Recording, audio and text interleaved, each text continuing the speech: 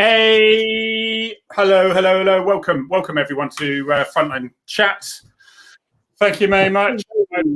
First 24 hours of COVID jab of the Oxford. I'd have insisted. Oh, you had the Oxford, but you're at that safe age, Harry. You're at that old age where it doesn't. No, I'm joking. What did you have any effects? Yeah, I tell you what, I'm paranoia because I think I'm going to get ill in the next 48 hours because all I've heard from my Twitter followers is how sick they were.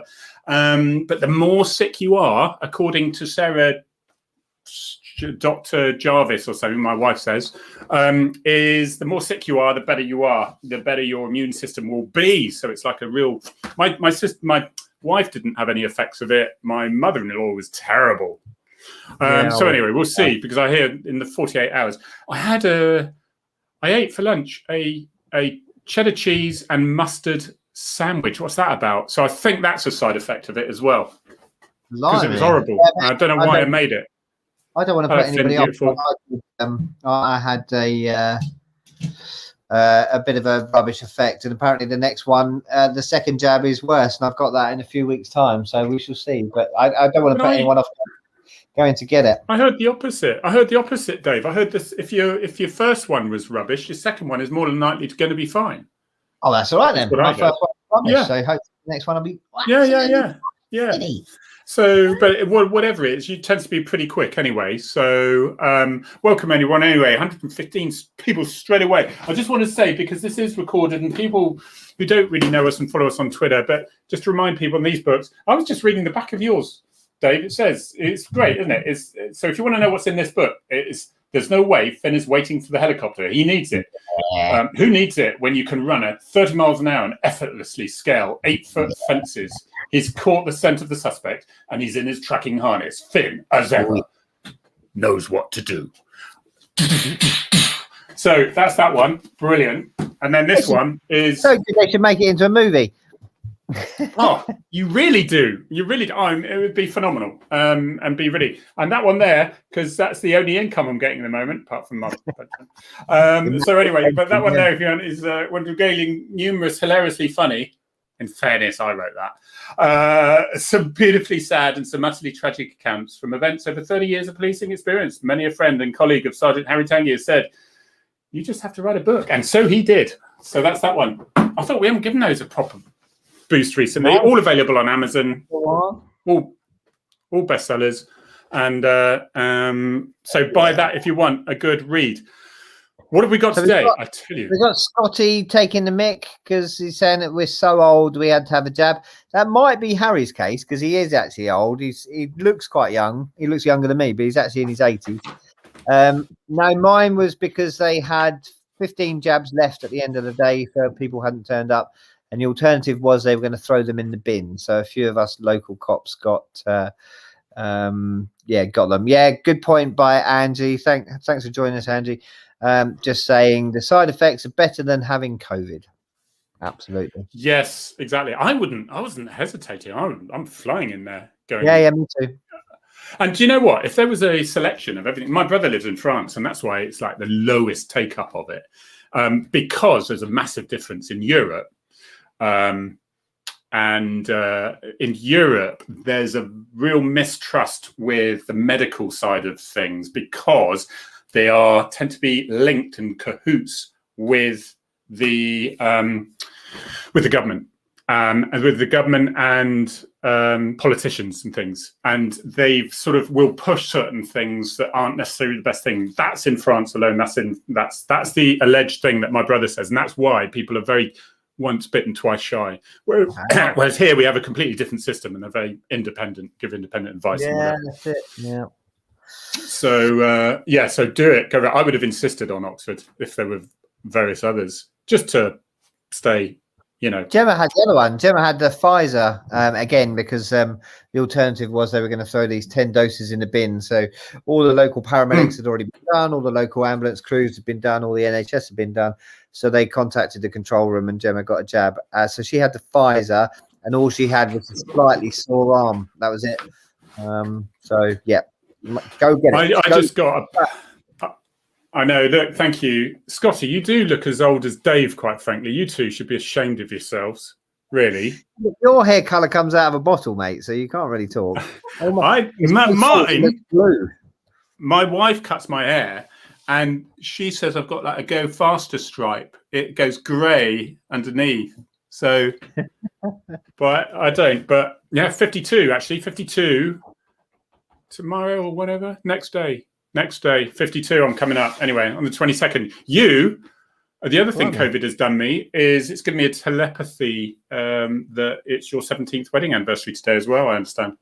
It is. How did you know that, Jem? How do you know? Linny may have told me. We didn't know that. We always forget, which is bizarre because we love each other dearly. But I'm going to go cheesy now. We celebrate our marriage and our love for each other every day. So yeah. Stop it. I get the funny point. Sorry, I wasn't laughing. 17th wedding anniversary. Although I look old enough to have a 37th wedding anniversary, Gemma doesn't. Yeah. So yeah, 17 years. We've been together for 20 years this year, but married for 21 years this year. But we've been married for 17. So yeah, it's all good. Well, I'm very similar to you because my wife and I completely forget our anniversaries, and fortunately, so we don't have any guilt complexes amongst us when we both. In fact, we hope the other one forgets, so that we can go happy anniversary and make them feel really bad. You know, that is far more rewarding than somebody saying happy anniversary to you. You know, you have things like social media, which pops up with your memory from last year, which is when you reminded yourself that you had a wedding anniversary. So those sort of reminders are really handy. A bit of a cheat. Yeah, and people are asking about side of it. Yeah, no, do you know what? I got a pang of absolute tiredness before, so it's probably I felt a little bit woozy and all that, but nothing issues. But I understand the next 24 hours is the thing. Dave was a big girl's blouse, and so he probably not allowed to say that, but who cares anymore? And you really suffered, didn't you, Dave? But you're how long was that? How long after the jab did you start feeling bad? 8 hours. Oh, well, that's good news for me because because I'm 26, but I understand sometimes it's like starts at 48 hours after it's sort of something goes. Oh, okay. But to all those out there, I understand from Dr. Jarvis on who's a morning program, Jeremy Vine's thing. My wife watches it, and so I might have to sit on the settee and have a cup of tea with her sometimes. But she said the more the reaction, actually, that's good because it means your body's building up its defenses. So that's actually really healthy. So I haven't. There's some right comments there.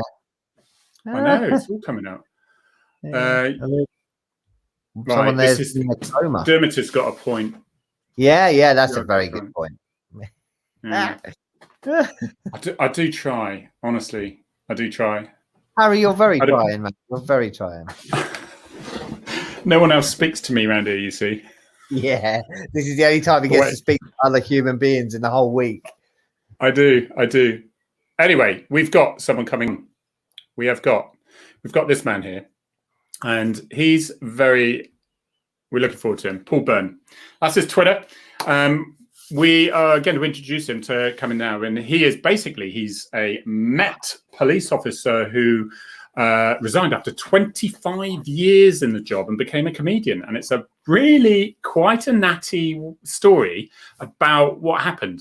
And he's a senior cop in the Met as well. So we're going to welcome Paul. Absolutely welcome to Frontline Chat. Thank you very much for coming. Hello. How the devil are you? That was a build-up. It's all downhill now, isn't it? I'm not. What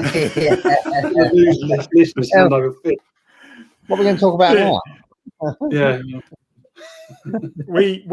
Yeah, exactly. So welcome anyway. I've already spoken to Paul second and commented on about his curtains there looking very nice. And then you got really worried about how untidy things looked in the background. I look better. Yeah, that you've tidied up big time. He's done the house work. That's the problem with doing lives all the time. We do so many lives, dog training lives, all sorts of lives every week. You spend most of the time not writing what you're going to say, but tidying up the house to make it look acceptable and presentable. Yeah, and staring at yourself, seeing your nasal hairs. And This is it. So, Paul, you started off.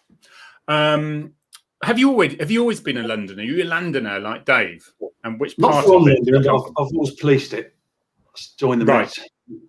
Yeah, Right. from the early days, Shepherd's Bush, West London. No. Did you? Fine. London. And what attracted you to it? Policing generally. Well, an advert in the Evening Standard. I'm that shallow. I used to go for Half-Price Records, if you remember them. A fantastic record shop, and I lived in a bedsit in London, and I bought coffee Evening Standard, and it had, come and join the police, it's great. So I thought, oh, You believed them. I know. You believed them. What year was that? Is that when the wages had gone up? That was ages ago. That was 1980 or something. Wages started going up, didn't they? The Edmonton Met intake to not have their housing allowance. So I was the worst paid copper in London at one point. So yeah, there's lots of scandal around that, which involving the right police at training school. But apparently it's all rumours. Nothing. I don't know about it. Yeah, that's. I mean, for listeners, policing used to be quite a few on benefits. I mean, it was such a low wage, and then it was the Edmondson inquiry or something. David, yeah, and basically the wages went right up, which meant it sort of overturned. When I joined the police, all my dental fees were paid for, my prescriptions paid for, housing allowance and things, because it was for a really minor wage, wasn't it? And once the wage went up, they sort of, you couldn't argue with a few of those things going, like dental records and whatever, unless someone smashed your teeth in, and then they'd pay for you. That was what it was. But it had to be on duty, not I'm just. too old for it. I'm too young, sorry, to remember all that stuff. You lot were loaded by the time I joined. You lot were all millionaires, and we were struggling. It was good times. So you actually, where did you do your probation, Paul? At Shepherd's Bush. I was in a uniform response team. Early, late and nights, there's a few handful of us in our old jumpers and our old Storno radios, the ones with the long string and the big old battery pack and all that. You didn't have body armour. That's it. You live by your pants. It's great fun, though. What year did you join? 94. 94. Yeah, so I did my first 4 years there. You were quite posh because you had you had pale blue shirts in the Met. White in Devon and Cornwall. We always had white shirts from PC level all the way up. I think we were the only force that did. And so whenever we visited other forces, we'd be called Sir, because that was it. It was like it was good days, wasn't it? NATO jumpers, black leather gloves, white shirts, black tie. Yeah. It was the bill. It was like the era of the bill, wasn't it? Really? Yeah. Good time. So what, you had a bit of a baptism of fire on your probation, didn't you? There was a couple, really. A couple of stories I shall share with you, if I may. Yeah, please do. I'm one of those very rare people, even 25 years later, I still think, I don't really think I'm a copper, or I shouldn't have been. Yeah. I think most of us think that. About us, not you. Yeah, not about you. The annual appraisal, why are you in this job? Please leave. I had this inspector screaming at me once, give me your warrant card now. Yeah. Apparently I was slightly intoxicated at Crown Court, but that's another story. No, so where we were, Shepherd's Bush, it's West London. It's literally just around the corner from Queen's Park Rangers Football Club. One of those perennial up and down clubs in that long strip, just up from Chelsea and Fulham and all that. So Hammersmith and Fulham Borough has 3 big football clubs in it. So you did a lot of football work at weekends. So it was brilliant, because in those days you used to go in the ground and watch the match. Right. And QPR in the Premiership then. So one particular day, you've got your nice little yellow jackets on, and it's football aid. So you have the football spotters turn up, and it's always a big drama with football spotters. Risk group moving north, and all that. Yeah. That's 3 blokes in stay press trousers, with a police on the road. Oh, this is a bit silly, but we've got a big helmet on and yellow jacket, and we get posted to the away ends when they're playing against Man City. So fabulous bunch of support, Man City, proper Manx, obviously. Loads of sense of humour, but there's lots of them. They're as they are now, they were a massive club then. So they fill it up. We're in the away end. I'm right behind the goal that Man City are attacking. So it's live, and watch the crowd. Big Man City attack. The crowd are building up. he takes a shot, puts his laces through, as they call it, just skims over the bar and hits me in the gentleman's area. I get it in the nuts, sorry, say, live on Sky TV. Oh, was it? And we've got that clip, and we're going to play it for you now. We found it. We found it. Yeah, the crowd. No. And then they realise I'm doubled over on the steps with a ball. My hat's disappeared off. And I was like, oh. And they had laughed, this Man City crowd, and then I get up, I going over to them. So, excuse me, has anyone got my helmet? I need my helmet back to the away fans from Manchester. You're not going to get a helmet back. After the match, we had the old quick debrief. My sergeant says that was probably the worst ever performance on Football Aid I have ever seen, Byrne. I'm still aching, but if you can find the footage of that, it was. I'm sure there'll be some Man City fans that still remember that to this day. And you don't realise how hard these guys can kick a football till you've got it in the nuts. Yeah, I like that expression you use. He put his laces through it. I like that. I know that one. Yeah, that's brilliant. That one. You don't ever do football chants, or I blur it. He puts his laces through it. Then it was only probation, obviously 2 years probation, and one night duty. You come in as when you're a brand new probation, you're coming in, you're thinking, I love night duties. It's all pub fights, chases, all that. Please don't put me on a crime scene. Please don't put me on a hospital guard. Please don't put me in custody, guarding prisoners, or you get in there and you're sweating away, and the sergeant's going around saying, no, big sexy car here. These guys do that. And he got around. There's only me and this other probationer who was called Arkwright because he's from up north. Funny enough, Arkwright got sacked from the police, having been criminally convicted of wasting police time, which I think is a remarkable. That's impressive. Yeah, was that his whole time in the police? It was a waste of time, was it? I want to ask you at some other stage, but not for today. And so it's me and Arkwright, the two probationers, the sergeant says, right, plain clothes, pedal cycle patrol. Off you go. And Shepherd's Bush is quite a small part of London, so you can get around it on even your unfit drinker and smoker, as I was in the time. But so we get our old 1990s plain clothes on, the big old police radio tucked in our armpits, the old handset down here. So we're going along like Quasimodo on these pedals. Within about 5 minutes, we're knackered. It's about 2 a.m, and we're like, oh. And then the area car, the big fast car driver, he's always out, great thief taker. He's out on the White City estate, which is quite a well-known estate in West London for crime and so on. It was the mid-90s. They were saying, it's the most dangerous place in London, because it was, obviously. So our air car drives out, calls us up on the radio, and he goes, there's 3 suspects. Can you go and have a look at them? Right up on the White City estate. So we go, okay, up we go. We pedal up there. Sure enough, there they are. Well, we realise we cycled past them now, and there's only them 3 and us 2 on bikes. No one else around. It's 2 a.m. So we think, okay, how do we keep an eye on them now without showing out? We basically look like 2 young coppers on pedal cycling around. It's so true. You exercise at 2 a.m. on the White City estate. Yeah. So I think, I know what I'll do. I'll get off my bike and pretend I've hurt my knee or my ankle, so I can push my pedal bike and have a look, keep an eye on them, because they're going to do something. Yeah. And I'll be here. And Arkwright's gone off ahead, not realising what I was doing. Whatever. So I get level with them. I'm giving it the old Next minute, they run across the road and surround me. They go, and they grab the handlebars and go, "That's my bike, mate." You're digging the kidneys. You're like, oh. He goes, "It's his They're trying to bike." rob you. I was getting mugged. I look at the road. Arkwright's nowhere to be seen. I'm like, I can't use my radio because I could disappear down my back somewhere. Yeah. 22 years old on the White City estate getting robbed. I didn't realise I had worked out what was going on. And apparently, he's gone around the corner. He's got his radio. He's called up, control. And there, 410. That's my shoulder stroke collar number. 410. He's getting mugged on the White City estate. Sorry, can you repeat over? Just I was getting mugged. In the meantime, they're all wetting themselves elsewhere in the borough. And I'm trying to think, well, I think these lads are starting to pull at the bike like this. It's like, give me a dig and a punch. I go, it's my bike. It's my bike.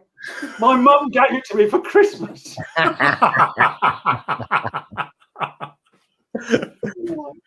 then they're dragging the hot go to ground, and my radio falls out. And one of them says, the F word. Oh, Bill. Ooh. Yeah. Actually, that time, the cavalry are coming each way, and they get arrested.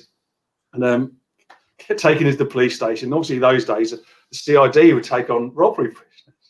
Yeah. I had to go, you know what it's like, as a young police officer, I had to go to the CID office there on night, stinking of booze, feet up on the back.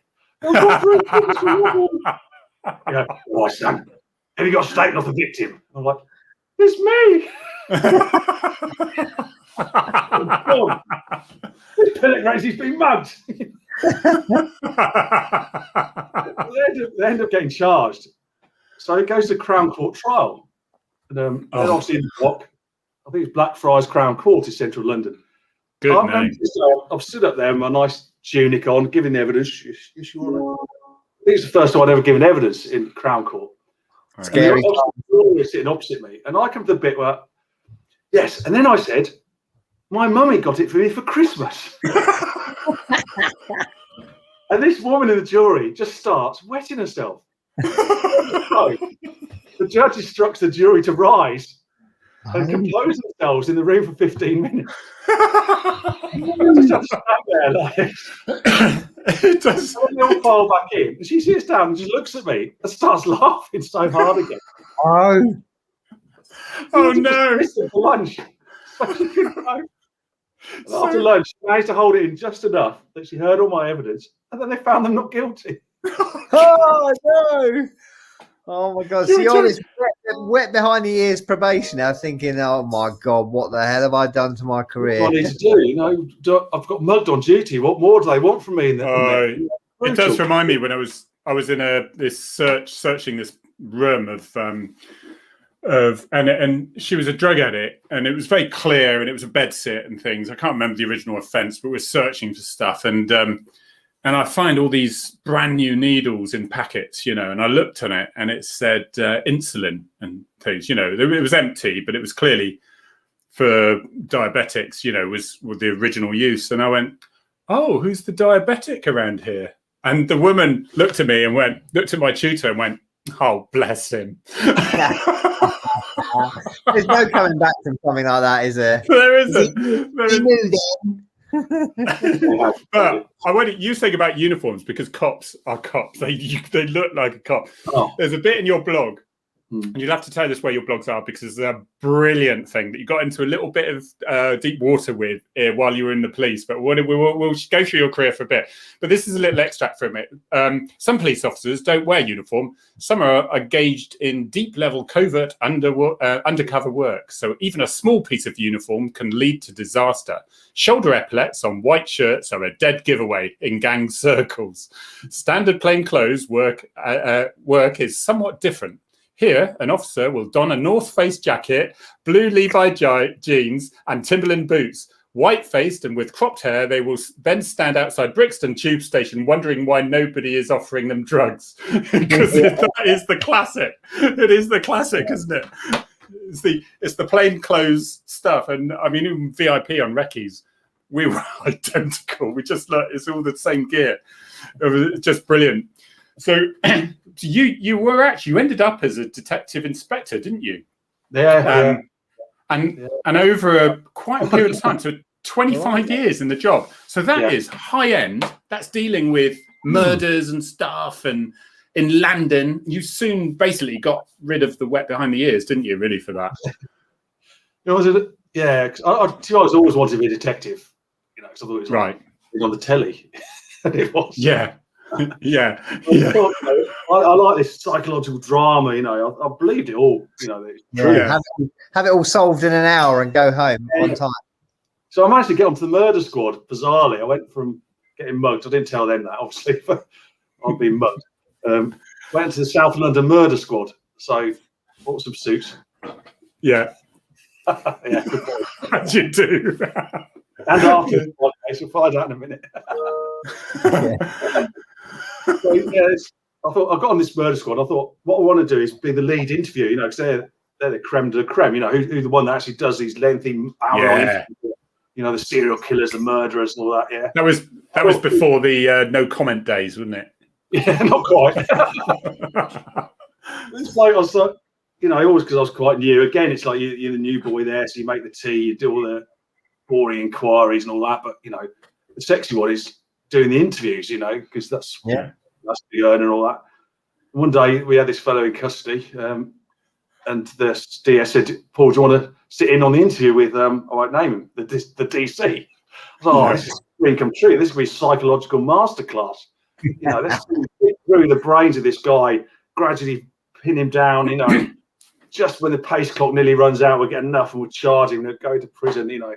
So I go in there and then he sits down and he goes through. It's like any other interview because the guy sat there with solicitor and he says, gives the caution, says, you know, you don't say anything, okay, you have a right to legal advice or solicitor any time you want to talk. Start, okay, everybody ready? Paul, you know, I was in charge of the tapes, turning it, you know, he goes, you get it! You get it! You get it! You get it! You get it! Are you going to admit it? Right, it is concluded. Oh, No. the tape's off. I'm like, oh, sorry. Don't really know what happened there. Do you mind just signing the tape still for me? Well, come on, on to the pub. Oh my God! It was a different world. It was a different world. And now with CID, it used to be, you know, we saw all the TV dramas. You know, it's like bottom drawer, celebrate a cat, plastic cup, whiskey, you know. And now you're more likely to have a smoothie in their bottom drawers. You know, they're you know, they're all triathlons, and you know, it's completely different. There was one. That's incredible. It's basically your observations on stuff is amazing, and this blog does go on.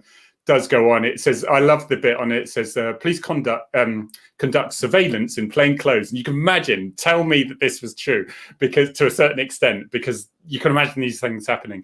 It would be so please conduct surveillance in plain clothes. It would be silly not to. Lower level, more amateur levels of surveillance are easily compromised. A colleague spent 10 hours in the back of a van watching a drug dealer's address. Exiting the van after seeing no activity of any sort, he was surprised to see police surveillance vans sprayed, painted across the side. The van remained in use for over 2 years, as no one could agree which budget a complete respray should come from. There is so much to that you go, yes. That is actually a true story. In a South Coast force, I know, sat there watching an address, you know, while someone's spray painting the side of his van. No, that's incredible. I mean, that's fine, isn't it? Is that cake? You've fine got to almost respect it. Yeah, You've got to almost respect that. Yeah, you wouldn't arrest him for that, would you? Say, mate, he's done well with that. I'll let you off. Yeah, we'll give you that one. Right. So what was so did you get promoted quite quickly through from sergeant, or were you DES then, detective sergeant? Yeah, I went all the way through the CID rank up to DI, then got a bit upset with it all, became a uniform inspector. So what was the transition there? What happened there then? I upset people.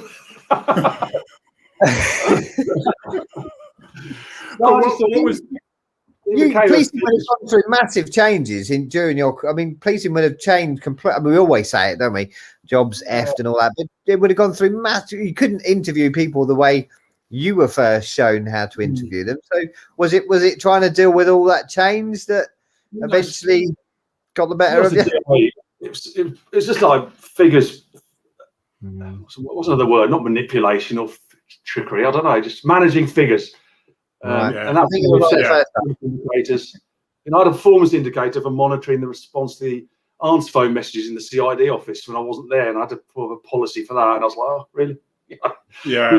Your soul's dying here. Yeah. And I thought what I really enjoyed in the police, apart from being mugged, was emergency response. You know, answering the 999 calls. So I went out of it went on his probation. I came back in as the inspector. Right. And the people, you know, they're still dedicated officers out there. tearing around, running into burning buildings. And what I think is exciting, when you become an inspector, you think it's stupid, you know. Yeah, that's true. Out of the water, you know, get down from there. Do you suddenly become a parent? Yeah. I know you run away, don't run towards it. It's like a parent of a toddler, then. You've suddenly become a parent. You see the risk. You know, we were parented in our time, and I feel very sorry for the sergeants that had to parent me, you know, as they pointed out to me years later. But, you know, they don't have an idea that they're doing dangerous things, and it's the adrenaline, the thrill of it all. Yeah. The criminals are the same as well, the same sort of crimes being committed. You know, that you still get the thrill of the chase out there. It's just that all the new tech and all that sort of stuff, there's a lot more scrutiny, and which may be a good thing. I don't miss it. I think it's good to leave, because you get. I personally thought I'm getting a bit too bitter now and twisted, so I think it's healthy to go and leave it for people. Is that where your comedy comes from? 25 years of being bitter and being a copper. It was 23 and a half years of being bitter and twisted, right? When he wasn't bitter when he was being mugged. Yeah, that's it. Yeah. I like, you know, there's lots of funny stuff in the police. There's loads of grim stuff. There's horrible things, but there's humour in there, particularly with your colleagues. It's a lot of coping mechanism for a lot of people, isn't it? You just have the Mickey taking. Yeah, I did. Janie Edwards. I did a spot of plainclothes licensing work in my hometown. Walked into a few pubs, being greeted with "Evening, officer."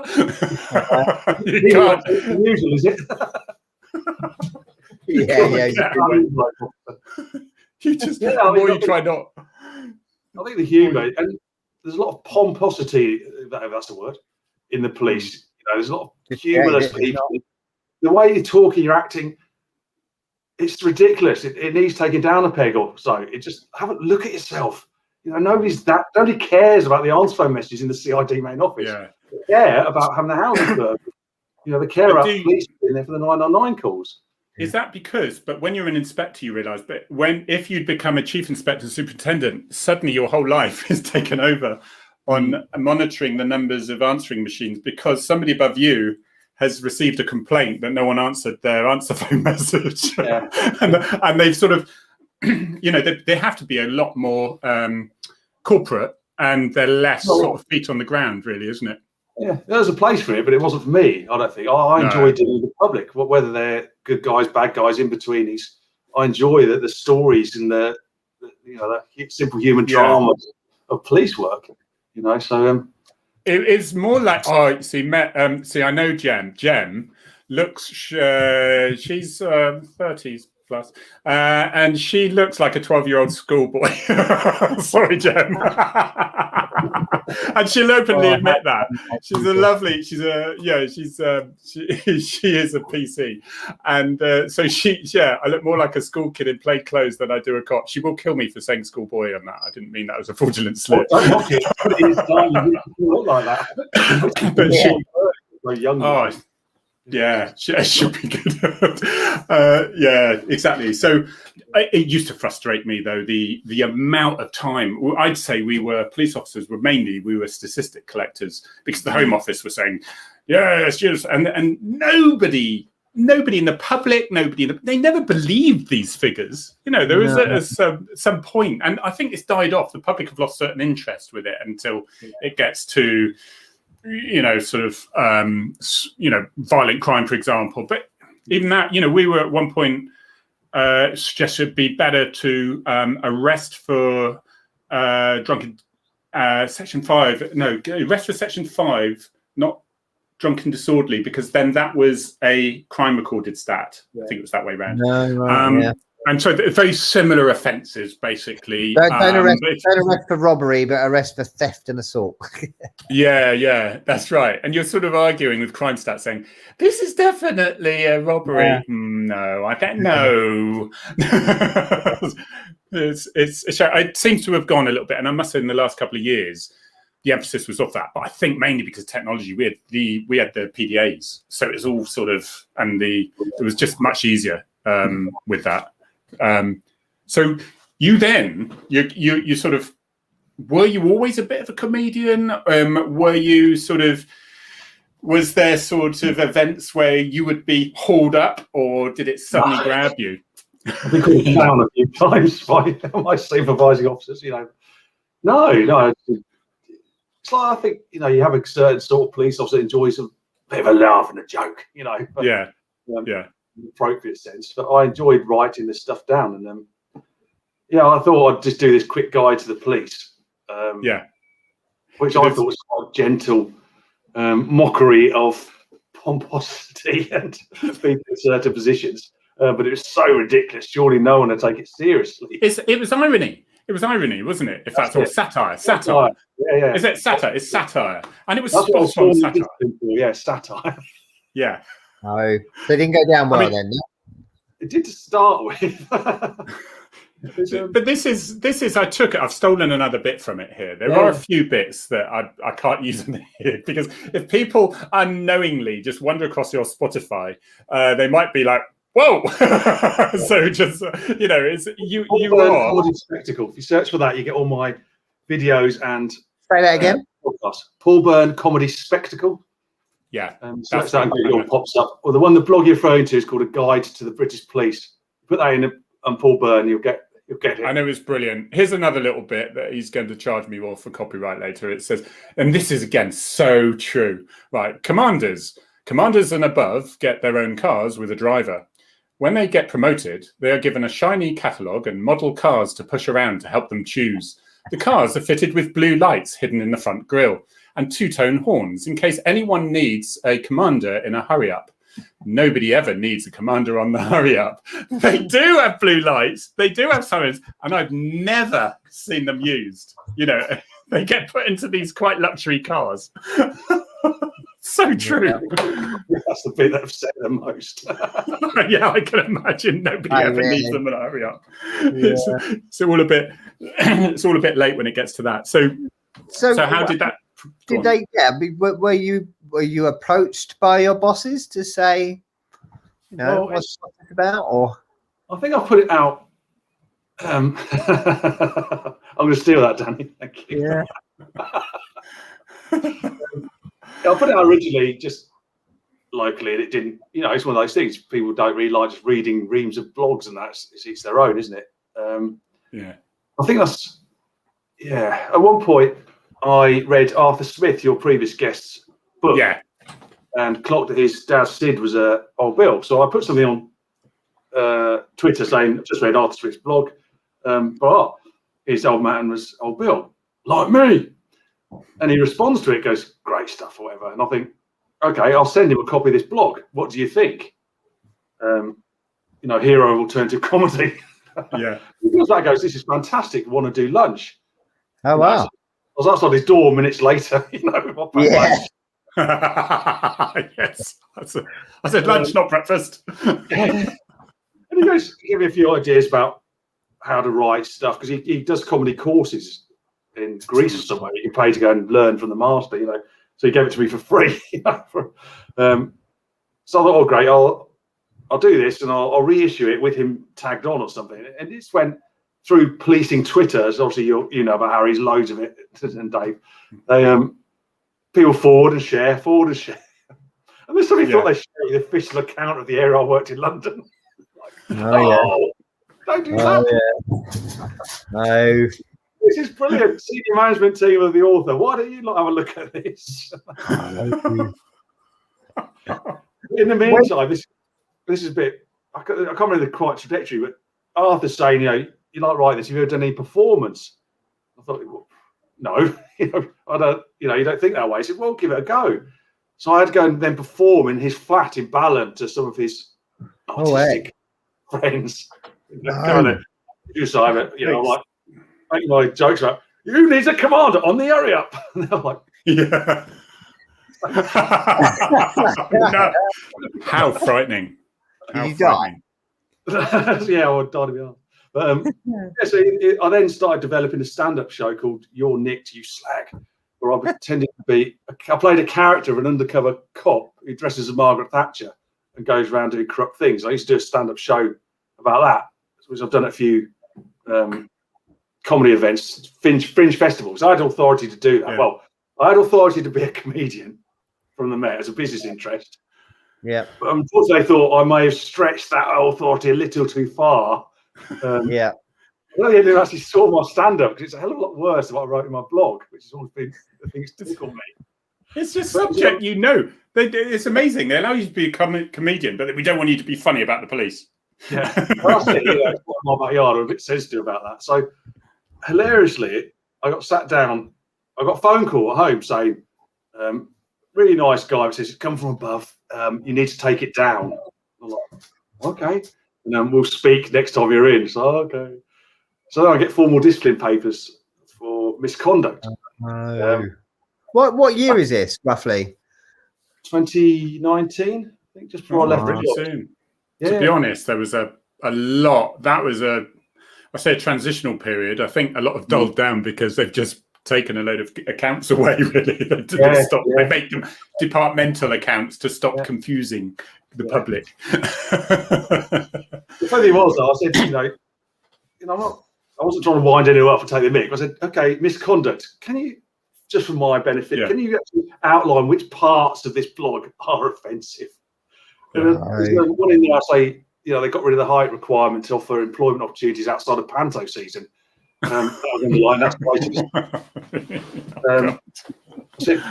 officers that cover police Windsor Castle and royalty protection all have grey beards.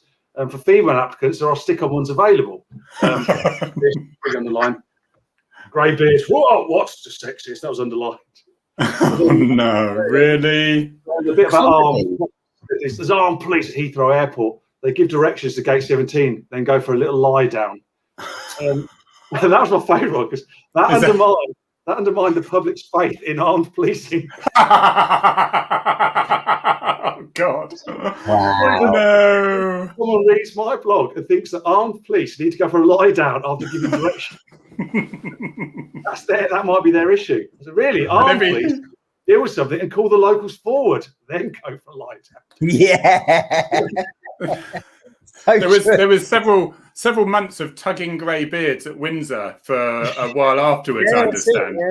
And I said to him, I'm like, I understand why you do this, but there was a knife crime epidemic at the time. My teams were out there doing CPR. It's horrendous. You remember the time when they thought Met's lost control of the streets and all that, and it's just, I thought, okay, I'll get it. I've overstepped the mark. I'll take it on the chin. I could go very shortly anyway. It's no skin of mine. But bigger picture, guys. Bigger picture. It's a corporate thing. But I just say, you realise as soon as I leave the job, I'm going to put this out again. Yeah, exactly. But then they generally don't mind then because they often, I found with complaint, this is where Dave has to be so careful really, is they know the complaint was ridiculous. They know the complaint was ridiculous because they can see the context was in. Was there anything malicious intended by this tweet you made? Nothing malicious whatsoever. Was it actually dishonest in it? No. Was it, and so they knew the same, that it was a load of rubbish. But the trouble is it took their time to ring them up again. Hello, what do you mean by this? Write it on the form. And of course they were getting this all the time. And so my thing was often like, I don't blame them, especially my force were brilliant and they still are brilliant about social media. But you do feel for them because they the chief said, it's important. It's almost like I want to get more staff on corporate comms to be able to cope with all this. But he says, I'd rather have feet on the ground than more corporate comms. You can't argue with them with that, can you? So it's a difficult situation. I think the public, that's why I think I was saying before that for complaints and things like that, for social media and your sort of thing, has to be completely separate procedure than the current one. It needs to be a social media system. Paul, who decided?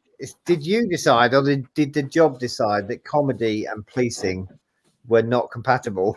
Who decided? Maybe. I remember my biggest issue was, I said, who has complained about this? I'm quite happy if someone has found offence, I will accept that and I will apologise. But not one person's complained about this. No one about the stick-on beards or the sleeping armed officers. When I did my stand-up, I went to Brighton Fringe. I know a lot of local officers down there had been told I was on. So they turned up, and it's quite full on, fairly offensive stuff, light-hearted. We were talking earlier about how you can tell old Bill. There was these 3 blokes there, and they were clearly retired old Bill.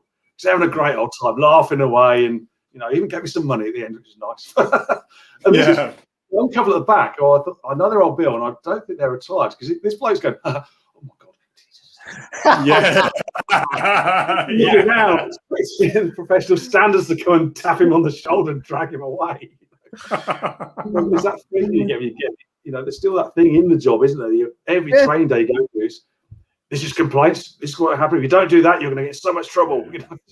Oh, Paul, I remember I was on a VIP job, and we did the and I was stood next to this guy who was very well to do, and he was in scruffy gear, and he said yes, he says is there any way I can change, because I'm dealing with the they had a royal visit, Princess Royal I think it was, and I said yes, yeah, no problem. He was asking, can I park there? Yeah, no problem, because you're part of the visit, and that's all right, that's fine. And we got chatting, we were looking over, and we had a bit of a time to kill, and he goes, oh, so where have you been? I said, well, yeah, no, I'm retiring in a couple of months. That's it, 30 years up. Well, different job when I say retiring.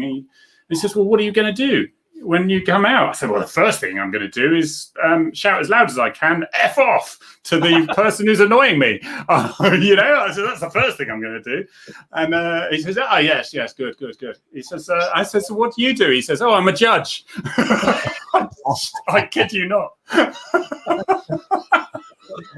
I've just confessed what my intended criminal offence is going to be to a judge. I'd be no good as a criminal.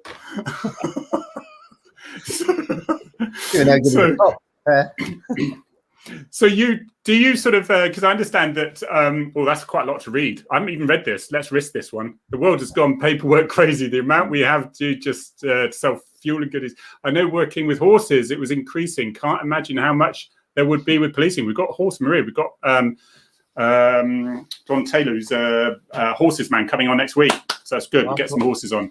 But so what are you doing at the moment with this shutdown sort of thing, the lockdown sort of thing? Anything at all? Are you able to? Podcasts, videos. It's all Paul Byrne comedy spectacle tag type thing. Hoping to put a play on at a local playhouse, amazingly. The Wrong Arm of the Law. See what I did there? The Wrong Arm. Yay! Yeah. Because you did something with Arthur, didn't you? Because after that spill you did in his room, what happened from then? So his last show he did was about his dad, called Sid. Fantastic show. Yeah. We've heard about it on this program, actually. Yeah, sure.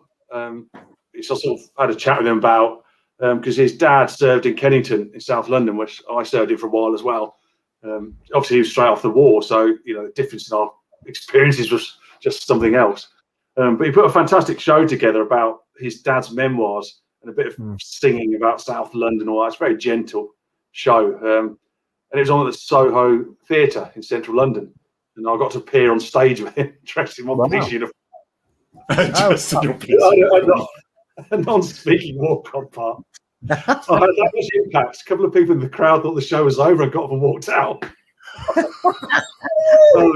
went well, didn't it? But, so we tried to put a little bit of a podcast together, and we're going to try and do something around that sort. Because he's still got a real interest in policing, and going back to his dad's time and the sort of, and obviously he's London born and bred. So he's a great guy. As you experienced, you work there. He's a lovely bloke, and he's just a wealth of knowledge around comedy and performing and all that stuff. You'll have to make sure you let us know when that is and where it is and the dates and stuff like that, because we'd love to be able to put it out. In fact, if we're allowed, I'm sure Harry and I would do our best to come down and heckle you. I mean, support you. Yeah, yeah, we will. I'm getting heckled already. You're so right, Maria. He wouldn't cope with the non-speaking part, would he? He would struggle. Your job, Harry, is to walk on stage and say nothing. He'd fail. He would fail. That goes on.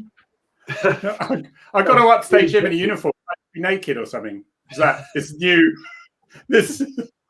Arthur sort of gave me a baptism of fire though, because after I did the bit in his front room, he basically go away and come up with an idea for a show. I said, so I'll go away and I've done this. Can I do the same sort of thing again? Say, in front of a couple of people around your flat. why don't you sort a venue out? So I know a guy that runs a theatre locally. So I get in touch with him and say, I need to put a show on. Can I have a spare hour at your place with some mates? And he's like, not really sure. Then Arthur goes, tell you what, I'll do a turn for you for nothing. So I go back to him like, you're in an orange. I've got Arthur Smith who'll do a free gig. Yes. Yeah. So it gets advertised as free comedy with a local man and a special secret guest. Capacity is about 120 people. So it sells out, or because it's all free. So we smuggle Arthur down there, and all these people are coming and going, "Oh, I wonder who the secret guest is." And he stood out the front smoking a fag. Arthur, man, you're spoiling the vibe. You're not supposed to stand there having a fag. I ended up doing this. My first time I'd ever done stand-up comedy. It's opening for Arthur Smith in front of 120 people. Just doing my inappropriate undercover cop shtick. It's an amazing experience. It's all thanks to him. He sort of paid me down that line. Yeah, it is incredible. It's incredible that he's such a lovely guy, because he does do these sort of classes, but he's obviously seen something in you. Because there's a bit of video on YouTube of him with one of these classes, and there's this banker comes in, and he's absolutely, you feel for him because he's like dying. Yeah. And Arthur Smith, his feedback was very honest, He says, but he ended up with a bit of a high. But it was like, yeah, you would have died. You would have died completely on that one. But there's a couple of points you need to bring out, and then he gave some advice on it. So good for you for making it through all the way to him. It's funny, isn't it? Is it? I mean, the guy that Harry's talking about, the banker, actually the material was in the right hands was probably absolute gold, but this bloke just couldn't make it funny. So I'm sure you had lots of practice in front of your officers over the years, and I guess. Go out there and enjoy it, and hope the rest happens. Well, I think it was Maria in the room though, because they have to laugh at your jokes, don't they? Like, I mean, so funny. They're like, oh my God. I think Maria said something earlier, if it was her, that said the good thing is, I think it was her who said you've got a really good cop's voice, when you're like Londoner, sort of thing, and that can really. That's your math, or what? That's your fits the stereotype, and everyone goes, they relax then because they can imagine it. That's exactly it. So, when I joined the police in London, I was from Northampton originally, country boy or whatever, and you come down to the smoke, and all of a sudden you're wearing a police uniform running around central London, and you sort of go, okay, all right, here we go. Oh mate, there's a guy called Cy Marks. He's a good lad. I'm going to name him out there. He was on my section. He's a top lad, and he's a Devonshire boy, and he's got a farm. All right, and he's still got a farm, and he joined the Met first of all. And he was in the depths of South London, where it was all going off, and he was there with his Devonshire. My lad, all right, what's going on then? What's going on here then? It was a bit Cornish probably, and he was Harry was a bit of Indian and a bit of my best. And then he comes back, and he's speaking great Cockney when he comes back, because he's then referred back to us in Devon and Cornwall. But I just imagine when they saw him, because he's a really good worker. He's very, very good as well. So they were probably quite thinking, who's this county boy coming here? We're in the smoke, But yeah. Good stuff. I was joining the Met because it's easier to get into, wasn't it? Because it's so big. Yeah. They do their 2 years and transfer back out to the county forces. You've got all sorts of weird and wonderful accents and all that, which is a good thing. Yeah. Hero for your humour, isn't it? Yeah, that's right. I mean, it's probably getting a little bit like that now, isn't it? Where everyone thinks we'll get, because they can't get enough cops. So the places like the Met have got to be, a little bit careful. They're not just training everyone else's cops up, but they don't know until the end. But anyone out there who does want to, anyone out there who wants to go to a force where there's no crime at all, and you just eat ice cream and pasties all day, come to Devon and Cornwall. Transfer. It'll be fine. Devon and Cornwall, everybody's cops. They rarely recruit anybody, do they? Sorry, I've had a couple of people say we don't need to. I know my place in this relationship, Paul. I just need to leave that on. By a dog. Yeah. Finn is, oh, bless him. All right, that's it. The audience is hushed. Finn, 12 years old. He's 12, isn't he? He's 12 in a couple of weeks. Yeah. Bless his cottons. Hey. Yeah, that's quite a thing. Right, it's just brilliant. So you don't, like me, I loved the job, but I didn't miss it. I've not missed it one iota since. And that sense of freedom is weird. So you, after 25 years, like that cop in the back of the thing going, can I, am I allowed to laugh at that? And it's this sort of sense of freedom that Dave won't have for ages because he's a lot younger than he looks. And I had a tough paper round. I was brought up in southeast London. I had a tough paper round, all right? Well, in fairness, I did see there's a photo of you in here, and about 20 years old, and you don't look any younger than you do now, to be honest. That's so I think that was it, wasn't it, Dave? Yeah, mate. That's Southeast it. London sweets for you. Yeah, it's good times. So good. Right. Well, let's hope this bloody lockdown closes down soon because I'm fed up with it now. But speaking of which, actually, there's a massive protest in London at the moment, I see, but it's very mixed. From what I can see, there's all ages and whatever, and it's reasonably... Are you going to be controversial? Do I need to leave the room, No, Harry? no, it's not controversial at all. It's because I think at the moment there's a lot of people in London who technically shouldn't be there, but there's a very mixed family, and hopefully it will stay like that, and then they'll all go home after a while when they've... But it's unfortunately, let's hope the other people don't turn up afterwards and cause problems. That's where it all goes a bit pear-shaped, isn't it? But yeah, it's all there at the moment. But no, you're right, Dave. I think we recovered that one. I think we've done pretty well on this one, actually, considering Paul's been very restrained because I know he's got a lot of material he could have used. We get a warning from Harry. He's like, I've told him, but there's some stuff in there. And all right, okay. They still serving. Oh, the power! Yeah. It is a freedom that I never thought I would feel, and I haven't sort of. The thing is, on my Twitter, for example, I haven't gone all ranty and ravey because people just ignore you. Just like, oh, you're just a bitter and twisted, and no one listens. So it's sort of my ethics are roughly the same. Apart from now, they can't complain about something that they wouldn't dream about being offended about what I say, but knowing I was a copper, they'd be offended about what I say. So, Paul, you and Harry hold my career between your fingers like that. I've heard there's not much of one left. I've heard there's not much of one left anyway, haven't you, Paul? On that, so it's brilliant. It's not doing the shift work anymore. You do forget how damages your body, and the demand as well, especially in the Met. They tried to put me on 12-hour days in my last 2 days of service because something was gone wrong. It's like the Met, they're tired of the Met on 12-hour days. That's a massive undertaking, but 12-hour shifts have ruined you. It's like, wow. Yeah, not going on shifts. I mean, 9 to 5 sort of sleeping at night. It's just really weird. It's weird. It's crazy stuff. Yeah, so they say it ages you 10 years. Shifts, don't they? Oh yeah, look at me. Age me. But as I say, come to Devon and Cornwall. Look, see, Dave. He's had how long? 5 years in the police have you had in there, Dave? Yeah, a couple of months. How long have you been? 23 years? 18 years. 18 years. 18 years in Bedfordshire.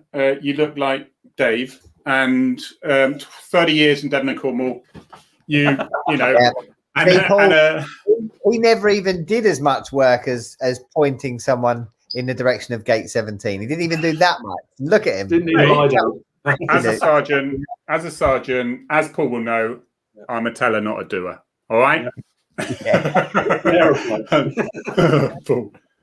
But Paul, you were very humorous about your stuff and all that. But I mean, you dealt with an awful lot of tragedy and murder victims, horrendous scenes that you must have dealt with in that time as a DI and whatever. I mean, and have you felt that's affected you in any way that you just need to keep a little eye on, or? Yeah, well, funny enough, I've moved into the charity sector, and it's a completely different world. It's all about how you feel. Let's open up, talk about our feelings. I've learned some counselling skills. And even the training, they say, a part of this, you've got to open up about things that have happened to you. as a mate, I simply can't do this because you're so taught to internalise everything, to man up and get on with the next job. It's a culture. Yeah. As you can phone up this number and someone will talk to you. But it's not expected. But, the charity world, you think, I really do feel bad. I'm going to go speak to someone about it. This is how I feel, and it's like, oh, but I think I'm too long in the tooth to accept that properly. I'm like, you're still a bit, Fine. Leave me alone. I'm fine. The job, though, haven't you, after a serious incident, and you get some really nice people come down and goes, right, who wants to go first? And he was like, it's like, but I don't know. I rang that number once, and the phone next to me rang. So, you want to speak to someone? No, I didn't. You want to speak to someone about? Yeah, I will. No one's ever called this number before. Yeah, exactly. Hello. Who's this? That's brilliant. Well, that's an hour gone. It's been amazing. Been so entertaining. My stomach muscles hurt a little bit. I don't know if that's my COVID jab or your humour, Paul, but it's been emotional. And there's been loads of chats. I'm going to read some of these comments afterwards or whatever. As I say, next week it's all about police horses and now the horse trust and John Taylor. I think it's John Taylor. Oh, I haven't got that right, but it's definitely Taylor. And he's joining us next week. So that will be good as well, because I know there's quite a few horsey fans here. That's it, Dave. Have we got anything else to say, really? Apart from mate, just stay in contact, Paul. Let us know when your events are, and then we will we'll do our best to come, but we'll do our best to put it out there as well. Yeah. Thank you very much for joining us. Cheers. Paul, stay around 2 seconds afterwards after everything, and we'll just have a quick chat. Cheers, guys. See you all. See you.